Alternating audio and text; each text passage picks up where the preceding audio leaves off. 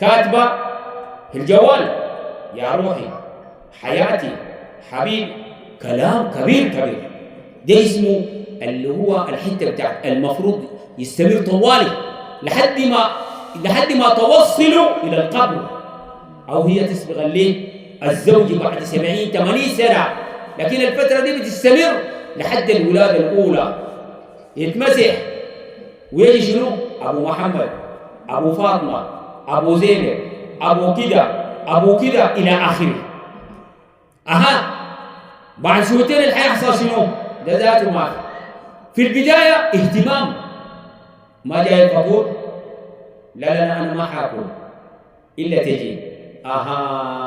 خلي الموضوع ده يتوغل كده لجوا شويه، اللي بيحصل تتغير الوضع. يا ولد كده دق لي ابوك، حيجي ولا لا؟ هيتاخر.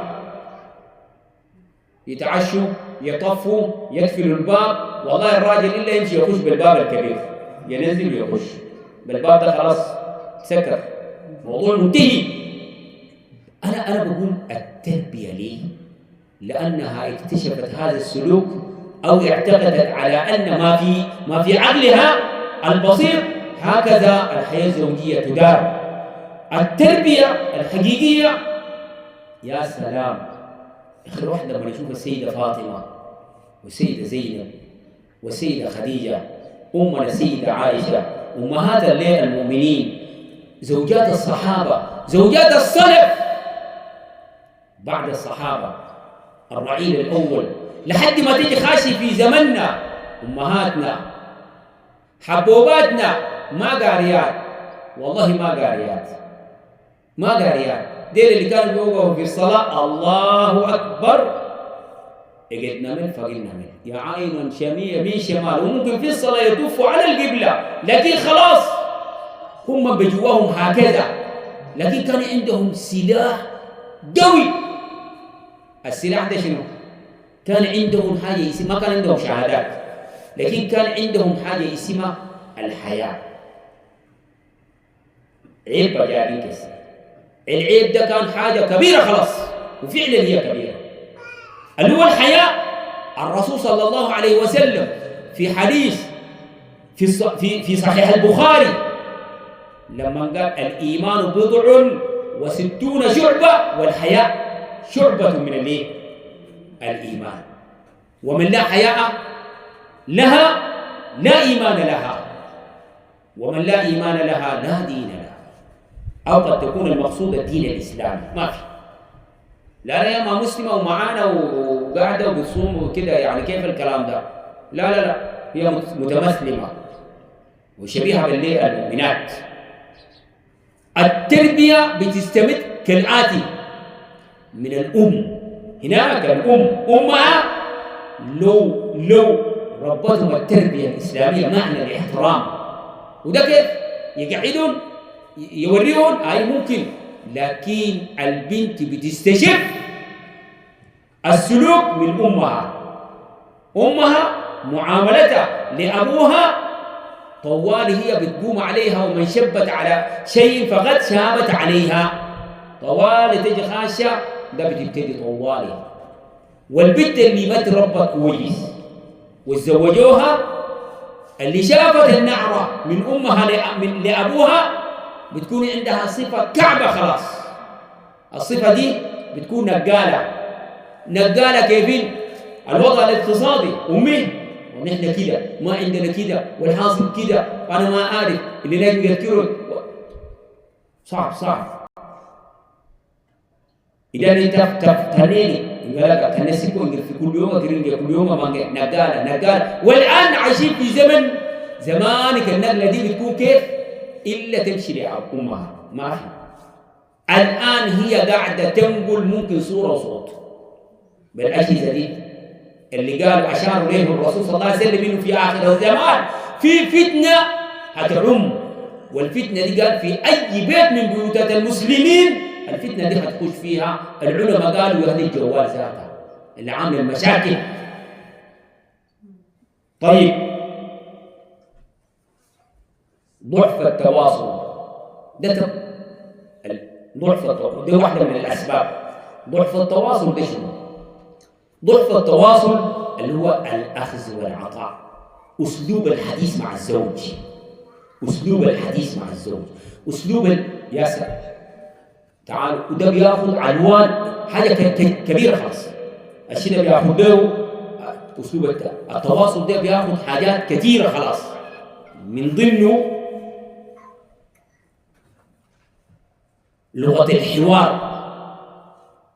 يا أخي الراجل جاء بس سأل سؤال محدد، أول حاجة قاعدة في الواطة، قاعدة في السرير، والراجل واقف على حيله أي لنسي يغلقس السيقو يريس كيسينا قال كجونيل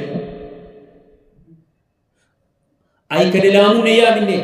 شوفوا الحوار اللي ده ما أعرف كيف ذاته. الأساليب دي اسمه تواصل، اسمه أول حاجة المرأة الصالحة تخفض صوتها وتخفض جبينها وتتحدث مع الزوج معطية إياه الاعتبار على أنها أول حاجة الرجل والزوج، في المقام الأول الزوج، ثم المقام الثاني أنها أنثى وهو شنو؟ رجل. ثالث حاجة في التواصل في الحوار، تلقى في واحدة يدها والله لو في مروحة كده نازلة كده لتحت وممكن يوم يقطعوا لها يدها لو اتقطعت مسيلات دي أحسن، رافعة يدها، رافعة حواجبينها ومطيرة كل شيء كده دي شنو؟ لكن المرأة ما بيسمعوا لها. البنات اللي جوا البيوت بناتهم أولادهم ما بيسمعوا الحوار ذاته، ده الصح. زمانك حبوباتنا وأمهاتنا لو في أي نقاش كانوا يخشوا ليه جوا، الآن في أي حتة والله جنب الباب برا ممكن يستشفوا الليل الحوار ده الجيران والأغراب المارين في الشارع. من أسباب الضغوطات المالية، وانتبهوا للكلام ده، والسودان يمر بمنعطف اقتصادي خطير. واحدة من تدهور الاقتصاد، واحدة من إفرازات أو النتائج اللي بتجي من تدهور الاقتصاد بتاع الدولة. أنا قلت المال عموم المعيشة، يعني كل ما الجو سخن الكهرباء قاطعة وبعد ذاك فلس وقهر، والراجل ذاته ما شغال وبده المرتب، لا مدينه مرتب ولا بيجيب شنو يعني؟ له بياخذ كم اصلا في السودان؟ دخل الفرد كم؟ لحد ما يقدر يجاري السوق. المرأة لو عاقلة يا جماعة الصبر، ليه انت فاقد الصبر يعني؟ مرض سيدنا أيوب صبرت كم سنة؟ سيدنا أيوب ذاته رقد مدة قدر شنو؟ كم سنة؟ واحدة شاطرة كم سنة يا جماعة؟ 18 سنة. 18 سنة مرض يوميا ماشي للأسوأ. يا أخي ديل أهل يوم بيجي يزوروا ويمشوا، الجيران بيجوا ويمشوا، هؤلاء كلهم شنو؟ انتهوا، بس فضلوا الرجل والمرأة. شوفوا الاختبار ده كيف؟ احنا ما قادرين نصبر. الشيء البسيط لما ينفذ في البيت أو المرتب لو ما بقى يكفي بقينا ما نصبر، بس مأكل مشرب بس عددا، ولا يجي قلقة منها كي يكين قلقة الطلبة كي الرئيسي أجلسينا توني يومك ولا أرق ويكون إلي يردي نام إن كورو إلي يومك يدشب شب ويكرلا. هنا بسم الله. اسمع الكلام ده كويس. زوجة سيدنا أيوب 18 سنة ما لقوا شيء يأكلوا، أي حاجة انتهت. قامت قصة الضفيرة، مشى باعت لجام في السوق وجات أكلت. إخوانا نحن ليه ربنا جايب القصص دي؟ يعني نحن مش مسلمين في أمة محمد، دستورنا مش القرآن، ليه ربنا جايبه؟ عشان نتسلى ونتونس، نتعظ ونعتبر. هكذا ينبغي أن نقول. التدخلات الخارجية واحدة من الأسباب اللي بتجيب المشاكل اللي كان من المفترض تنتهي. التدخلات الخارجية في كلام حصل جوا البيت وكان من المفترض تتحل